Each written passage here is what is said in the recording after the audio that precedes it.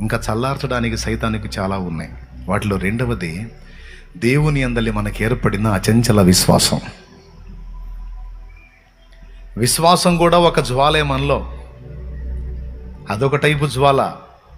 దాన్ని కూడా చల్లార్చడానికి, విశ్వాసాన్ని దిగజార్చడానికి, దాన్ని మన నుండి తొలగించడానికి కూడా నిరంతరం కుట్ర జరిగిద్ది, దాడి జరిగిద్ది.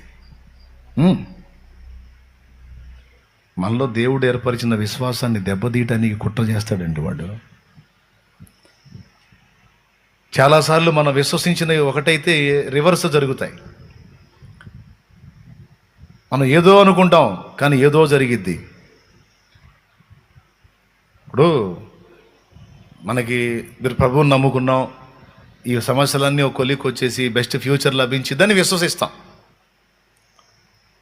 కానీ ఇంకా వేరే జరుగుతాయి. కొన్ని